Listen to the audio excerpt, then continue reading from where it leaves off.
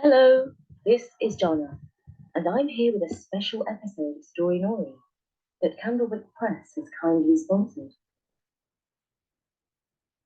It's a review of a gorgeous and sensitive picture book called Mindi and the Goose No One Else Could See by Sam McBratney.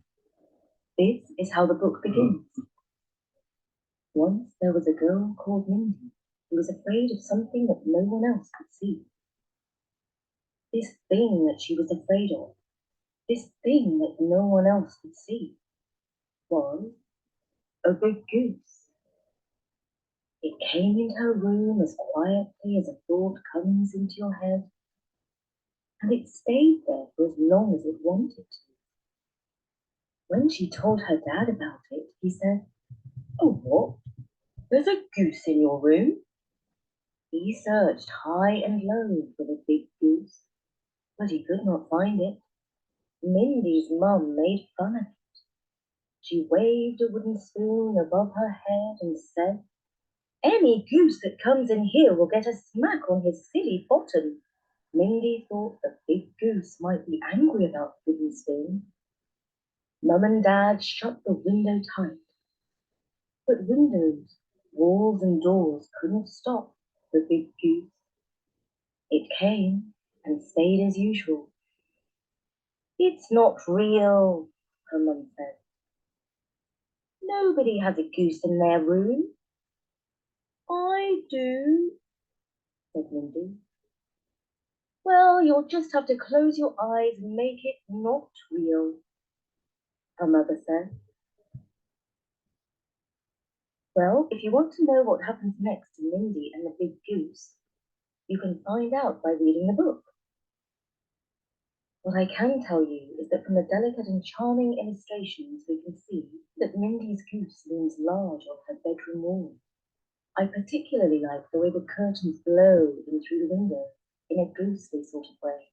The scary goose might be a dream, or it might be a shadow, or it might be real. Mindy's father decides that they need some outside help to send the unwanted goose packing. He sets out with Mindy on a long country walk to visit an old farmer called Austin, who lives high up on Shelling Hill. While they're in Austin's farmhouse, a young goat strolls into the kitchen, and Mindy asks its name. "Oh, I have so many goats that I have run out of names," Austin says. "I would call her Blackie and Whitey," Mindy says.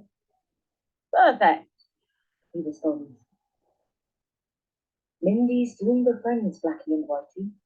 As you might guess, the goat plays a big role in helping Mindy overcome her goosey fears.